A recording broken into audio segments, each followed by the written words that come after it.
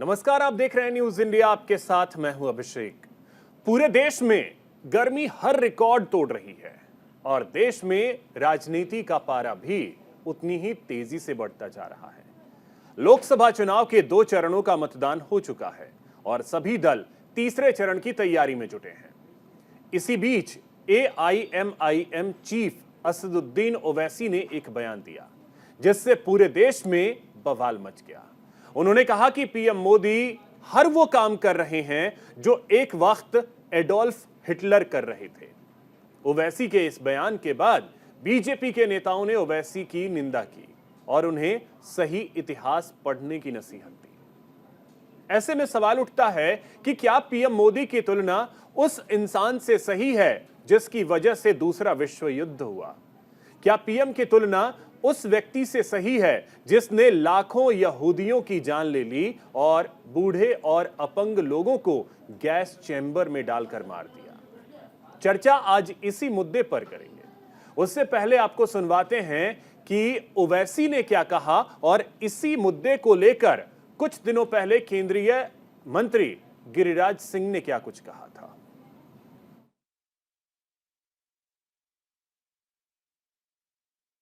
आज जो पोजीशन है मुसलमानों की, वो 1930 के हिटलर के ज़माने में जो यहूदियों से जो हरकतें होती थी वही स्टेज पे है। गैस चैम्बर नहीं मैडम, गैस चैम्बर आखिरी लिमिट था, आखिरी स्टेप था।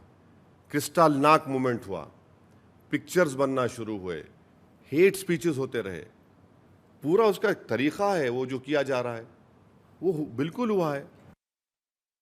देखिए, ओवैसी ब्रदर्स और सारे लोगों को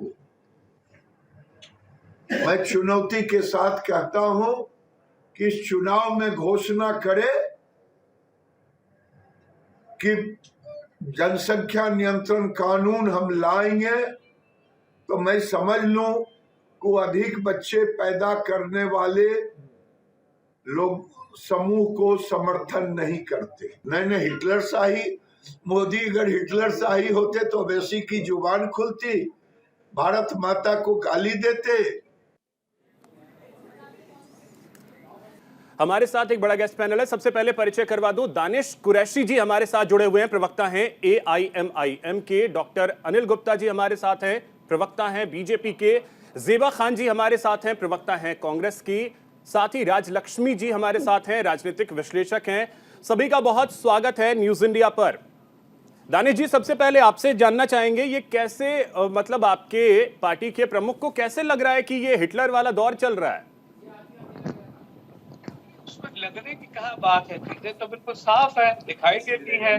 चाहे मध्य प्रदेश में जिस तरह से सरकार की उठापटक का मामला हो या उसके अलावा दूसरे राज्यों में जिस तरह से भारतीय जनता पार्टी ने सरकार बनाई। आखिरकार चंडीगढ़ में देखिए कि चंडीगढ़ में तो क्या पूरा मामला आया, मामला सुप्रीम कोर्ट तक पहुंचा, सुप्रीम कोर्ट ने जो फटकार लगाई ये आपके सामने है।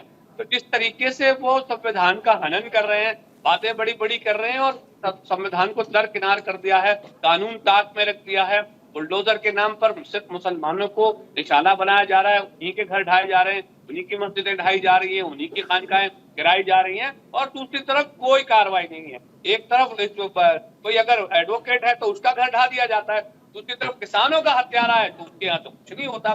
तो ये जो दोहरे मापदंड है, तो ये वही परिभाषा नहीं है तो और क्या है? सवाल तो यही आगे खड़ा है। तो मतलब हिटलर शाही का दौर चल रहा है?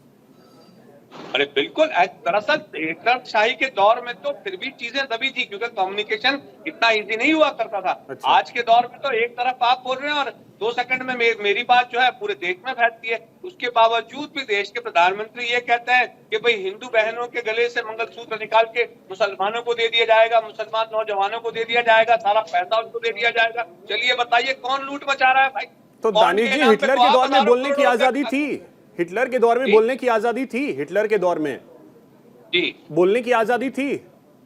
नहीं, तो क्या बोलने की आजादी है? मुझे बताइए, तो क्या बोलने की आजादी है? सर, आप नेशनल मीडिया पे खुल करके बात रख रहे हैं, आपके पार्टी के प्रमुख मीडिया के सामने खुल करके अपनी बात रख रहे हैं, उन्हें हिटलर बता रहे हैं, तो ये बोलने की आजादी नहीं है?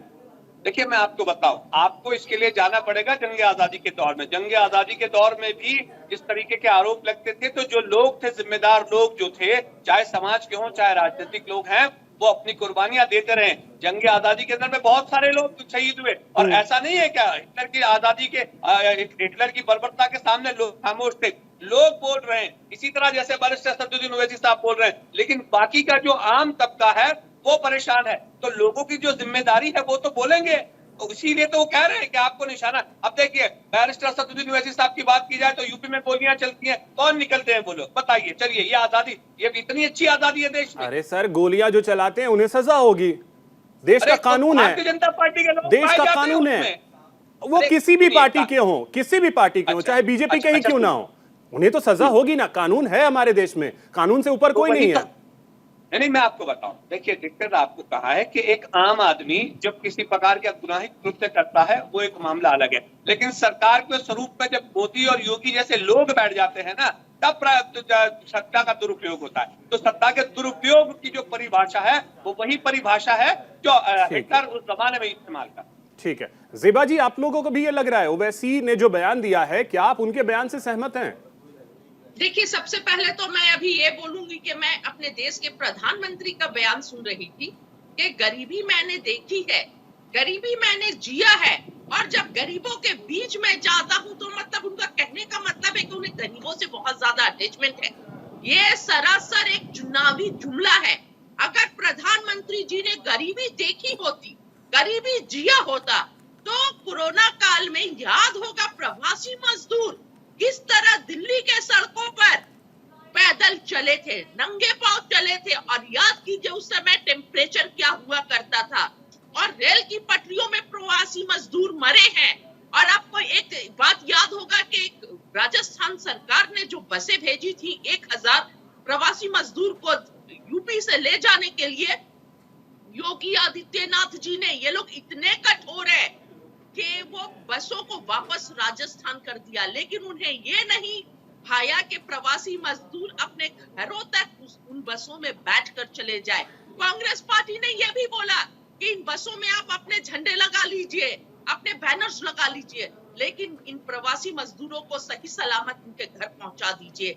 तो गरीबों का दर्द अगर होता तो इस तरह कोरोना काल में प्रवासी मजदूर मरे नहीं होते, नंगे पैर चले नहीं होते, भूखे नहीं तड़पे होते, और बसों को 1000 बसों को वापस राजस्थान नहीं भेजा गया होता। इतने कठोर ये लोग हैं, सिर्फ चुनाव जीतना जानते हैं, चुनाव लड़ना जानते हैं, और ये पूंजीपतियों की सरकार है। अगर गरीबों की सरकार होती तो 18-20 पूंजीपतियों के पास पूरे देश के 70 करोड़ 80 करोड़ जनता के पास जितने पैसे हैं उससे ज्यादा। ठीक है ज़ेबा जी, ये सब तो ठीक है। मेरा जो सवाल था, नहीं आप बिल्कुल, मेरा जो सवाल है, मेरा तो सवाल यही है कि देश की सारी जनता परेशान है इनसे। आज के चर्चा का विषय जो है ज़ेबा जी, आपको बता दें, मणिपुर की महिलाएं, आज मणिपुर, अरे मैम बिल्कुल, मणिपुर की महिलाओं के साथ गलत हुआ, लेकिन संदेश खाली पे आप मौन रही, वो भी तो बोलिए। आज चर्चा का विषय अगर हमने ये रखा है, ज़ेबा जी जरा चर्चा के विषय पे बोलिए ना, क्या दिक्कत है? आपने जब बोलना शुरू किया 1-1.5 मिनट तक मैंने आपको बिल्कुल नहीं बोला, क्योंकि आप फिर वही विक्टिम कार्ड वाला सीन होता है। लेकिन जब मैं ये आज जो चर्चा का विषय है उस पे भी तो आप अपनी पार्टी की बात तो रखिए उस पे। कोरोना काल सबने देखा, वो परिस्थितियां सबने देखी, लेकिन भूल गए होंगे लोग, याद दिलाना कोई नहीं भूलता, इतिहास कोई नहीं भूलता मैम, इतिहास कोई नहीं भूलता, ये मान करके रखिए। लेकिन अगर आप अगर एक पार्टी के अध्यक्ष ये कह रहे हैं कि ये हिटलर शाही का दौर चल रहा है, उसको लेकर के आप नेशनल पार्टी है, मुख्य विपक्षी पार्टी है, आपकी अपनी क्या राय है? आपकी पार्टी की भी कोई राय होगी, क्या वाकई में हिटलर शाही का दौर चल रहा है देश में? देखिए, हम तो लड़ ही रहे हैं देशवासियों के लिए, हम तो कन्याकुमारी से कश्मीर चले देशवासियों के लिए, हम तो मणिपुर से लेकर महाराष्ट्र चले देशवासियों के लिए, देशवासियों की आवाज के लिए, देशवासियों के न्याय के लिए। राहुल गांधी और पूरा कांग्रेस पार्टी सड़क पर है, लड़ रहा है, आवाज उठा रहा है, हर अन्याय के खिलाफ, हर जुल्म के खिलाफ, हर महिला के अपमान के खिलाफ हम तो खड़े हैं। हम तो युवाओं के, बेरोजगार युवाओं के साथ खड़े हैं। हम तो लखीमपुर की खीरी के किसान पर जो ट्रक कार गाड़ी चढ़ाई गई थी उसके खिलाफ खड़े हैं। हम तो अपनी किसानों के साथ खड़े हैं। हम तो पहलवान बहनों के साथ खड़े हैं। चलिए ठीक है ज़ेबा जी, आपने मेरे सवाल को तो कंप्लीटली टाल दिया। बहरहाल ठीक है, मैं फिर आगे बढ़ूंगा चर्चा में। वक्त एक छोटे से ब्रेक का है, जल्द लौटते हैं।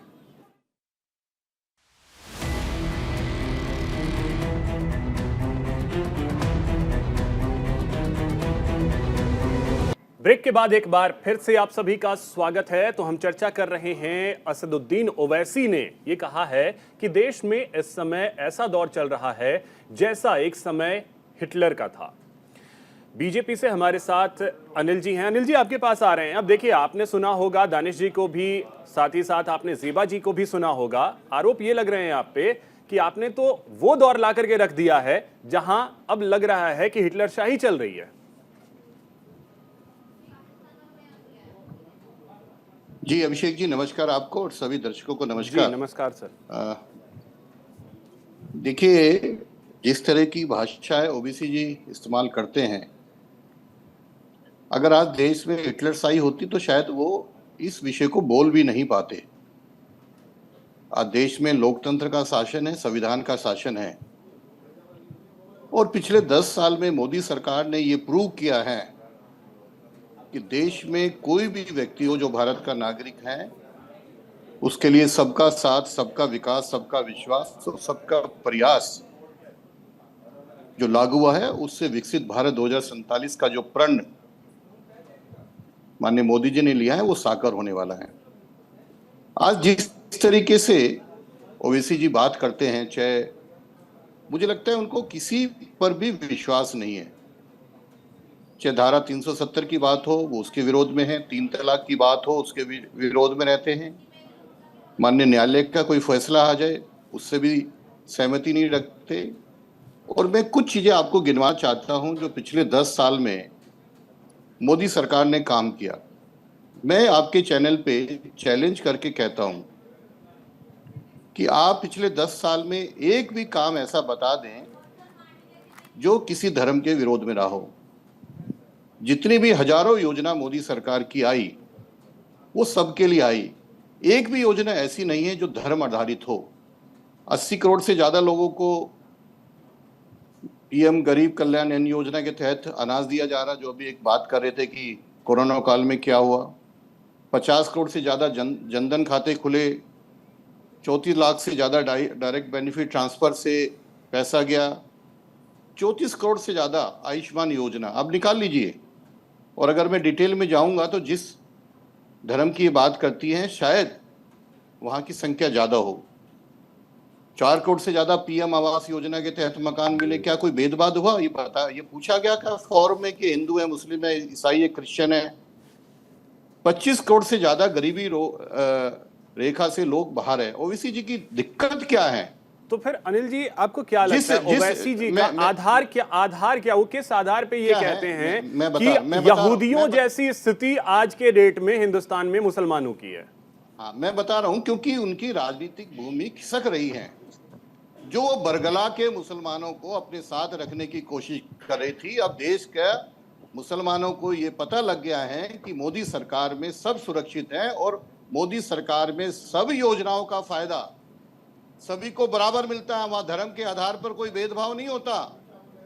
क्योंकि ये अपीजमेंट की बात करते थे हमेशा ओवैसी जी, अब इनकी राजनीतिक भूमि हट गई है। बताइए, 11 करोड़ शौचालय का निर्माण हुआ, क्या पूछा गया कि ये हमारी हिंदू बहन का या मुसलमान बहन का है? 43 करोड़ मुद्रा लोन दिए, क्या ये पूछा गया? 25 करोड़ जब लोग गरीबी रेखा से ऊपर आए तो क्या पूछा गया? 11.8 करोड़ किसानों को डायरेक्ट बेनिफिट ट्रांसफर से फायदा हुआ, तो क्या पूछा गया ये हिंदू है मुसलमान है? 9 करोड़ बहनों को सेल्फ हेल्प ग्रुप से सहायता मिली, पूछा गया? 1 करोड़ लखपति दीदी, 78 लाख स्ट्रीट वेंडर्स को फायदा हुआ, 3.6 करोड़ सुकन्या समृद्धि होने से क्या पूछा गया कि हिंदू बहन है, हमारी हिंदू बेटी है, मुसलमान बेटी है?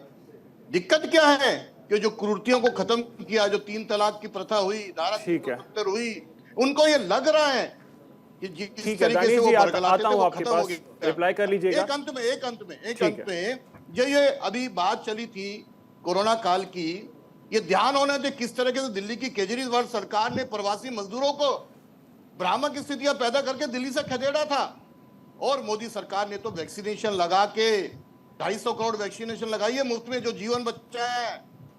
मुफ्त अनाज जो दिया था उस टाइम, जो आज भी चालू है, उसमें कोई भेदभाव नहीं किया गया। पर दिक्कत क्या है कि जब इनकी राजनीतिक भूमि खिसकती है तो इस तरह के जवाब देते हैं। ठीक अगर है। हिटलरशाही होती तो इनकी हिम्मत नहीं होती बोलने की। ठीक है दानिश जी, जल्दी से रिप्लाई कीजिए, फिर मैं राजलक्ष्मी जी के पास जाता हूं, जल्दी से। देखिए, भारतीय जनता पार्टी के जो प्रवक्ता हैं उन्होंने इतनी सारी स्कीमें गिनाई और अनकरीब उनके कहने का जो सारांश निकल के आया वो ये आया कि अनकरीब उनके मुताबिक देश का कोई भी व्यक्ति बाकी नहीं है जो 150 करोड़ की आबादी में कहीं ना कहीं बेनिफिशियरी ना हो। जैसा कि वो 4 करोड़ मकानों की बात करते हैं, अगर 4 करोड़ मकानों की बात की जाए तो मैं ये कहता हूँ कि एक परिवार में सिर्फ 5 लोग गिर, दो माता पिता, एक बच्चा और मियां बीवी, तो ये 5 लोगों की बात की तो 20 करोड़ लोग तो कहीं ना कहीं उसके बेनिफिशियरी हो गए। उसके बाद ये करते हैं 80 करोड़ लोगों को अनाज देने की बात, उसके बाद वो करते हैं महिलाओं को शौचालय देने की बात। पानी जगह जगह पहुंचा नहीं है। मैं ये पूछ रहा हूँ कि 4 करोड़ रोजगार हिंदुस्तान के कौन से मेट्रो सिटीज में उन्होंने बनाया? क्या दिल्ली में, बेंगलोर में, गुजरात में, अहमदाबाद में, बंगाल में, यूपी में कहाँ बनाए? कोई आंकड़ा नहीं है। सिर्फ टीवी में बैठ के भाषणबाजी करना, ये इनकी पुरानी आदत है। दूसरे मुल्कों के वीडियो दिखाना कि ये भारत का ब्रिज है, ये यहाँ का वो है, ये चीजें भारतीय जनता पार्टी इन चीजों के लिए जानी जाती है। और जिस वैक्सीनेशन की वो बात कर रहे हैं, उस वैक्सीनेशन के मामले में भारत की जो कंपनी है उसने अपने हलफनामे में दिया है दूसरे मुल्क के अंदर की अदालत में कि भाई वो जो वैक्सीन है वो कहीं ना कहीं लोगों के लिए जानलेवा साबित हो रही है। तो बताइए कि सिर्फ आप अपने बॉन्ड के चक्कर में देश के लोगों को जिस तरह से आपने अंधकार में धकेला है, इसके लिए कौन जिम्मेदार है? ठीक है। अब राजलक्ष्मी जी समझना ये चाहेंगे, जिस तरीके से असदुद्दीन ओवैसी ये कहते हैं कि वर्तमान परिस्थिति में हिंदुस्तान में मुसलमानों की वही हालत है जो एक समय हिटलर के जमाने में यहूदियों की हुआ करती थी। और अनिल जी को आपने सुना होगा कि ऐसा लग रहा है कि राजनीतिक जमीन खिसक रही है ओवैसी साहब की, इस वजह से इस तरीके के बयान दे रहे हैं। क्या वाकई में जो माधवी लता से उन्हें टक्कर मिल रही है हैदराबाद में, उसके बाद ये स्थितियां बनी हैं? नमस्ते अभिषेक जी, बिल्कुल। देखिए, ये जो कह रहे हैं ना, तो मुझे ऐसा लग रहा है कि उनको ना इतिहास का पता है, ना भी वर्तमान की स्थिति पता है उनको। तो क्योंकि जो हिटलर ने जो किया था और जो यहूदियों के साथ में जो हुआ था, वो आप सोचिए कि मतलब वो इस तरीके का उन पे जुल्म हुआ था कि आप मतलब जो गैस चेम्बर्स की बात कर रहे हैं, जो कॉन्सेंट्रेशन कैंप्स की बात कर रहे हैं, ये सब जो है ना, ये बहुत ही एक्सट्रीम विषय है। और बड़ी अचरज की बात है, जो आज सबसे ज्यादा संघर्ष जो हो रहा है यहूदियों और मुसलमानों के बीच, आज वो वही यहूदियों की बात कर रहे हैं। तो देखिए, ऐसा है कि जो सबसे बड़ा जो टक्कर उनको मिल रहा है ना AIMIM को, और मुझे एक्चुअली ये इस बात की भी दिक्कत है कि उन्होंने अपने नाम में ये मतलब साफ जैसे घोषणा कर दी है कि उनका केवल और केवल एक ही समुदाय के साथ में उनका सपोर्ट है, या उनका जो है वो उनके रक्षा के लिए है। तो मुस्लिम नाम का जो उन्होंने अपने नाम में ही लगा दिया है। तो देखिए, ऐसा है कि अभी देखिए, ऐसा है कि उनको सबसे बड़ा टक्कर जो है ना आज NDA से मिल रहा है। और जैसे आपने कहा कि माधवी लता जी ने जो उनको टक्कर दिया हुआ है हैदराबाद में, और उतना ही नहीं, आपको शायद पता नहीं होगा, भी जो साउथ बॉम्बे की जो कैंडिडेट है जो यामिनी जाधव जी, आपको पता है कि उन्होंने किसको हराया था 2019 में? उन्होंने भाईकला में वारिस पठान जी को हराया था, जो AIMIM के हैं, जो उनका जो गढ़ था।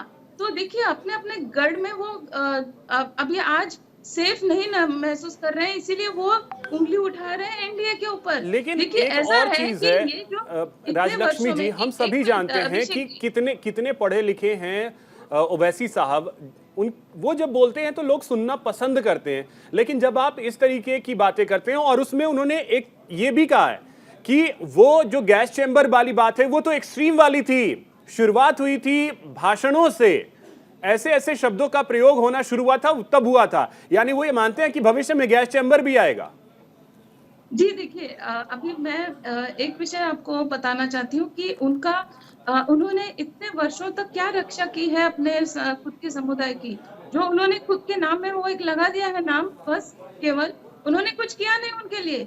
उनकी महिलाओं के लिए क्या किया है? आज उनको टक्कर क्यों मिल रही है? क्योंकि अभी ये जो जिन महिलाओं की मैंने बात की, माधवी लता जी हो या यामिनी यादव जी हो, उन्होंने उन महिलाओं की सुरक्षा के लिए देखा, उन्होंने उनके युवाओं के लिए देखा, तो इसीलिए वो आज इतना बड़ा टक्कर दे पा रही है इतने दिग्गज नेताओं को एआईएमआईएम के।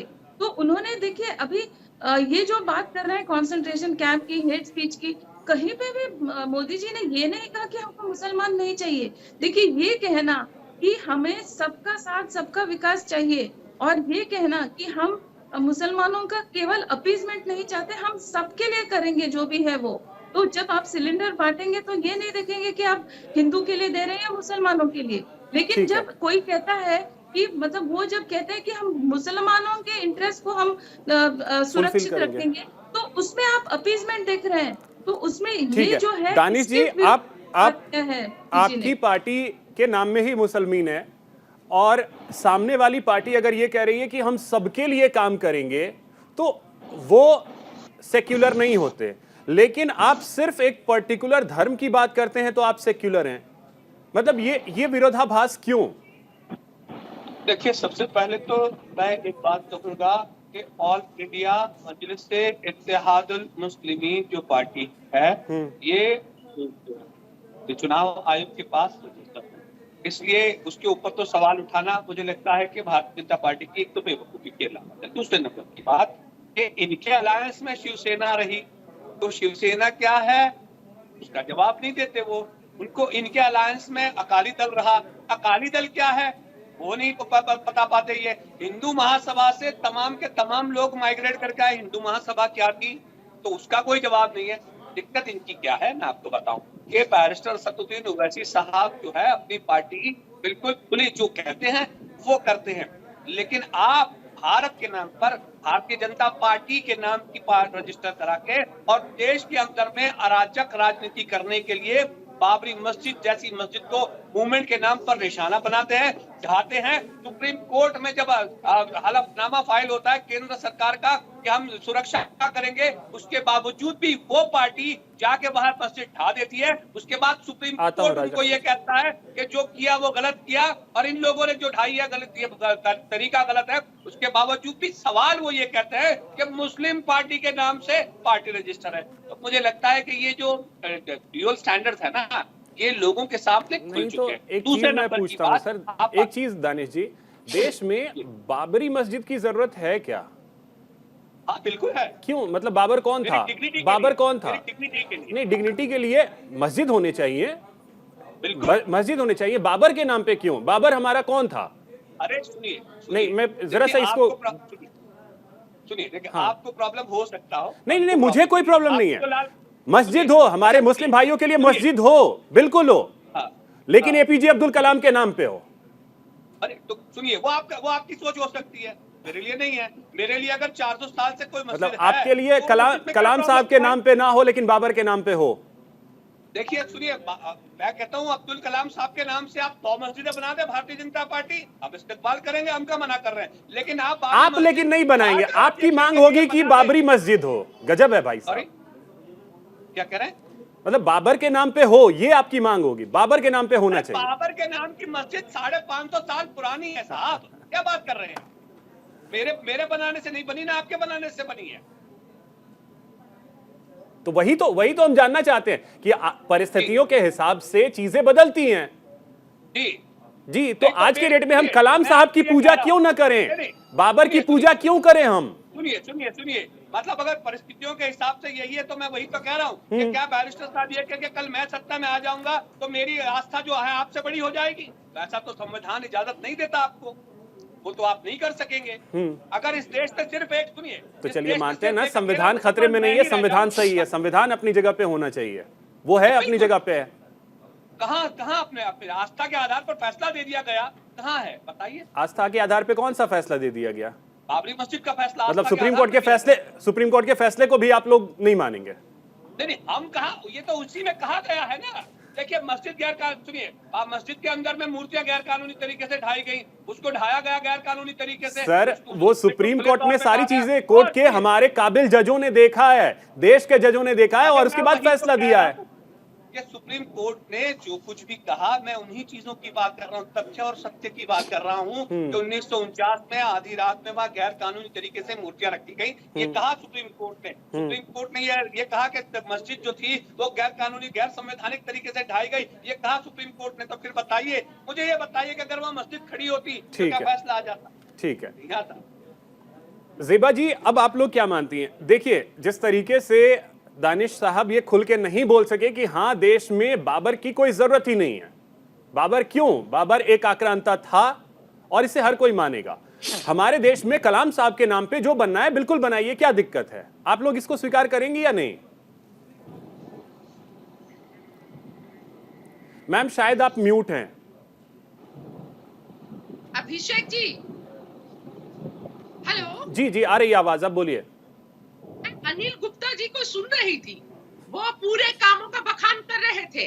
भाजपा ने ये किया, भाजपा ने वो किया, ऐसे कर दिया, वैसे कर दिया। पहले ये तो बताएं 2014 में जब सत्ता में आने के लिए जो वादे जनता के सामने किए थे, उन वादों के बारे में क्या ख्याल है? 2 करोड़ प्रति वर्ष रोजगार मिलेगा, आय दुगनी होगी किसानों की, और इतने सारे महिला सशक्त होंगी, बहुत सारे वादे किए थे। 15 लाख रुपए सभी के अकाउंट में आएंगे, उन वादों का क्या हुआ? और बोल रहे थे ये हो गया वो हो गया। आज युवा बेरोजगार है। आजादी के बाद सबसे ज्यादा बेरोजगारी दर अभी है। आज के युग में युवाओं के बारे में क्या ख्याल है? पढ़े लिखों को पकौड़ा तलने के लिए मजबूर हो रहे हैं। पहले तो कम देखा जाता था, अब तो हर जगह स्टॉल देखा जा रहा है। ऐसे ऐसे लड़के जो आईएएस की तैयारी कर रहे थे, जो एग्जाम दे रहे थे, वो बैठकर चाय बेच रहे हैं, पकौड़े तल रहे हैं, क्योंकि रोजगार नहीं है। रोजगार पर क्यों बात नहीं करते हैं? पूरे देश की समस्या है। अग्निवीर योजना लेके आ जाते हैं, सेना तक को नहीं छोड़ते हैं ये लोग। इस पर क्या बोलना है? पेपर्स लीक हो जा रहे हैं, आए दिन पेपर्स लीक हो जा रहे हैं। आपको पता होगा, पढ़कर आप भी आए हैं कि कितने मुश्किल से एक बच्चा जो मिडिल क्लास होता है फॉर्म भरते हैं, फिर एग्जाम देने के लिए पहुंचते हैं अपने जगह से, कोई भी गाड़ी से, कार से, बस से, ट्रेन से चलकर एक छात्र पहुंचता है। ज़ेबा जी, पेपर लीक कब नहीं हुआ है? पेपर लीक कब नहीं हुआ है और किसकी सरकार में नहीं हुआ है? नहीं, लेकिन यहाँ पे तो डंका ये बजता है ना कि प्रधानमंत्री जी कोई गलती नहीं करते हैं, भाजपा से कोई गलती नहीं होती है। मैंने 2 बार आपसे सवाल पूछा, दोनों बार आप टाल गई। अब तो ज़ेबा जी कम से कम ये बता दीजिए, कलाम साहब या बाबर? कलाम साहब की पूजा करें या बाबर की?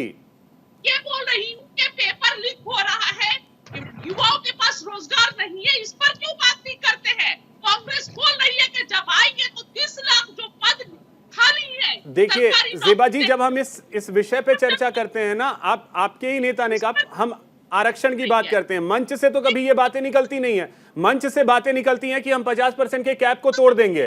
कैसे तोड़ दीजिएगा? आरक्षण को लेकर के बातें होती हैं, सर्वे को लेकर के बातें होती है कि हम सर्वे करेंगे। अरे मंच से आप ये मुद्दे तो गिनाइए कि हाँ बेरोजगारी बढ़ गई है, अग्निवीर योजना से आपको समस्या है, ये मुद्दे तो आप गिनाइए मंच से। मंच से आप मुद्दे कुछ और गिनाते हैं। शेख जी, युवा बेरोजगार है, किसान आत्महत्या कर रहा है, कर्ज किसके माफ किए जाते हैं? अडानी के, अंबानी के। किसान रो रहा है, बिलख रहा है अभी भी। मैम तो अडानी को जो आपने अडानी को जो राजस्थान में दिलवाया था, जमीन आवंटित किया था, छोड़ देते उसको? आप ही की सरकार थी। कोल ब्लॉक जो आपकी छत्तीसगढ़ सरकार ने दी थी, मत देते। मतलब लॉजिकल चीजों पे तो कम से कम रहिए। अनिल जी रिप्लाई कर रहे हैं। अनिल जी बोलिए। ठीक है ज़ेबा जी, आपने मेरे दोनों सवालों को टाल दिया। अभिषेक जी, मुझे थोड़ा सा समझिएगा, ये जो अभी दानिश जी और ज़ेबा जी बात कर रहे थे, इनको मानने सुप्रीम कोर्ट के डिसीजन पे भी विश्वास नहीं है। जब राम मंदिर के पर सुप्रीम कोर्ट का डिसीजन आया था, उसमें साथ में एक चीज ये भी आई थी कि मुसलमानों को इबादतगाह के लिए एक अलग जगह दी गई।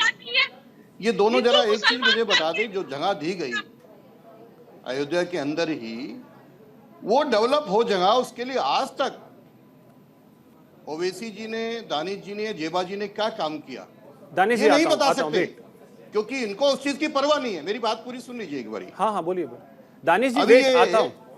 भाषण देने में बड़ा लंबे चौड़े बात करते हैं। सर अभिषेक जी मेरी बात पूरी कर लेनी बिल्कुल है, बोलिए इनको अनिल जी, आपने बोलिए पूरा समय दिया। बोलिए। अभी ये बेरोजगारी दर की बात करती, क्योंकि ये पढ़े लिख के नहीं आते, डिबेट में ऐसे ही आ जाते हैं। आज सबसे लोएस्ट बेरोजगारी दर है 3.1% है। महंगाई दर की बात करें 2013 कांग्रेस के जरा रिकॉर्ड चेक कर लीजिए, 10.5% थी, आज 5% है महंगाई दर। ये जरा देख लीजिए। अगर 15 करोड़ प्रोविडेंट फंड के अकाउंट नए जुड़ते हैं तो क्या रोजगार नहीं है? 43 करोड़ अगर मुद्रा लोन है तो क्या रोजगार नहीं है? पर वो नजर नहीं आते इनको, क्योंकि सिर्फ ये बिना पढ़े लिखे के तो डाटा की बात करते हैं। सरकारी डाटा है, सब जगह है, चेक कर लीजिए ना आप, क्या दिक्कत है आपको? अगर 1 करोड़ लखपति दीदी बनती है तो इनको दिक्कत है। 78 लाख अगर स्ट्रीट वेंडर्स को बेनिफिट मिलता है तो इनको दिक्कत है। 3.6 करोड़ सुकन्या समृद्धि योजना में फायदा तो इनको, 9 करोड़ बहनों को मिलता है तो इनको दिक्कत है। दिक्कत क्या है? मोदी सरकार ने सबके लिए काम किए, अब वो जो अपीजमेंट की पॉलिसी है वो खत्म हो गई, और जो इनका वोट बैंक जिसको कहते थे और जो पहले वो अब सरकारी इनसे थी, वो छिटक सबके रहा लिए है, तो इसलिए नजर आ रहा है इनको दिक्कत। अब बीच में क्यों बोल रहे हो आप? इतनी तो तमीज रखिए जेबा जी, इतनी तो तमीज रखिए। मैंने आपके बीच में नहीं बोला। अब जब आपको आपकी दुखती रख पे वो कहते हैं तो आप बौखला जाते हो। ऐसा नहीं होना चाहिए, सुनने का भी मादा होना चाहिए। अरे जब 3 तलाक की प्रथा खत्म हुई, हमारी मुस्लिम बहनों को एक सहूलियत मिली तो दिक्कत होती है इनको, जब सबका काम होता है।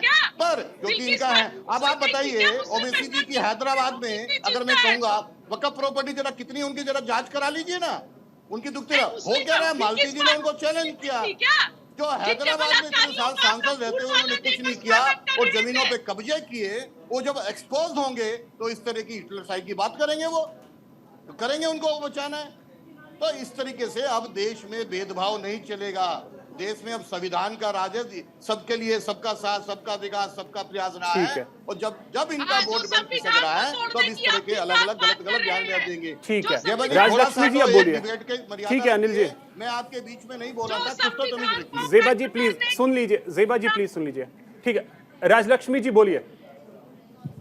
अभिषेक जी, मुझे ऐसा लग रहा है कि कम से कम जेबा जी को ऐसा तो नहीं लग रहा है कि इस देश का कोई मुसलमान खतरे में है, क्योंकि वो अभी तक जो उन्होंने बात की, ऐसे वही कोई एक स्पेसिफिक पॉइंट पे उन्होंने कुछ बात ही नहीं किया है। आपके किसी भी सवाल का उन्होंने जवाब भी नहीं दिया है। और अभी ये जो राम मंदिर की बात कर रहे हैं, जो बाबरी मस्जिद गिराने की बात कर रहे थे दानिश जी, तो आप ये इस बात को भूल गए कि जो हैदराबाद में उन्होंने 2 मस्जिद गिरा दिए ओवैसी जी के परमिशन के साथ में, क्योंकि उनको वहां पर सेक्रेटेरिएट बनाना था।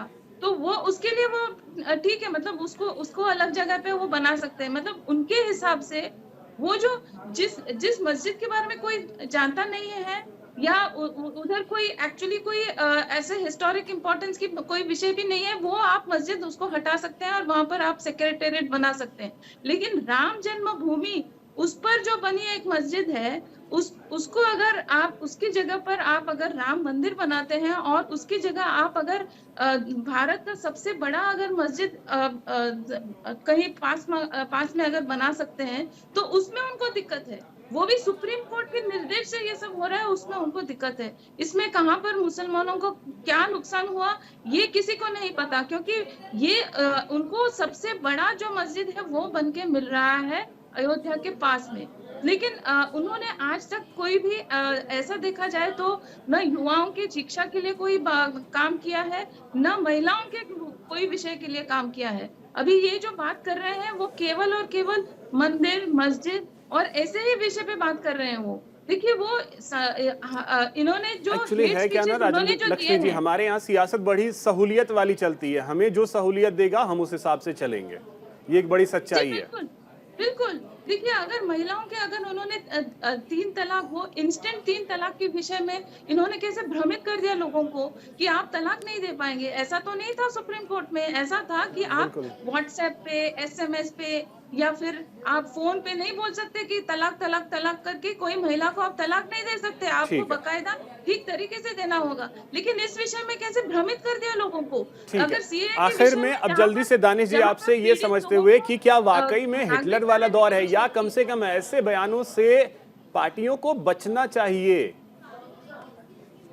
अच्छा, देश के प्रधानमंत्री ये कहें कि हिंदू बहनों के गले से मंगलसूत्र छीन के दानिश कुरैशी जैसे मुसलमानों को दे देना चाहिए, वो बयान अच्छा है, या वो आप बयान बराबर घुसपैठिया है, हैं क्या? या वो बयान देश आप के घुसपैठिया हित में हैं है, क्या? या वो बयान देश के इस फलाही के लिए है। आप घुसपैठिया लेकिन अगर हैं क्या? बैरिस्टर था तो दानिश जी, ये कौन बोल रहा है? नहीं, दानिश जी, उसमें प्रधानमंत्री ने बोला घुसपैठिए को। घुसपैठिया कौन है?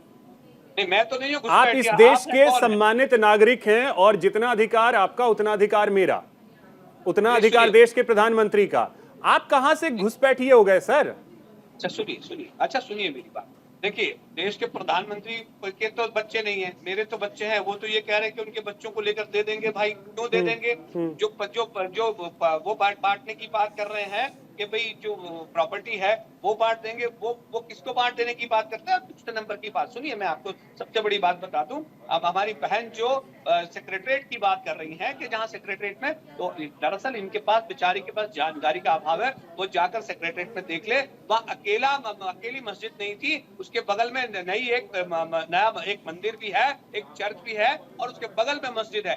सवाल ये है कि आपने सुप्रीम कोर्ट में हलफनामा होने के बाद, मतलब देश की सत्ता को, देश की जो सत्ताधारी पार्टी थी उसको, केंद्र सरकार को और सुप्रीम कोर्ट को, दोनों को आपने घोल के पी लिया, और उसके बाद वहां हंगामा मचाया। देश में हजारों लोग बेघर हुए, मारे गए, शहीद हुए, घर लुटे, दिलों में फर्क पैदा हुआ। ये तमाम का भारतीय जनता पार्टी ने किया। चलिए, ये ऑल ठीक इंडिया है मजलिस इत्तेहाद सर, वक्त मुस्लिमीन इतना नहीं ही है किया। मेरे साथ, मेरे पास। बहुत शुक्रिया आप सभी का हमारे साथ जुड़ने के लिए और इस चर्चा में शामिल होने के लिए। फिलहाल इतना ही, नमस्कार।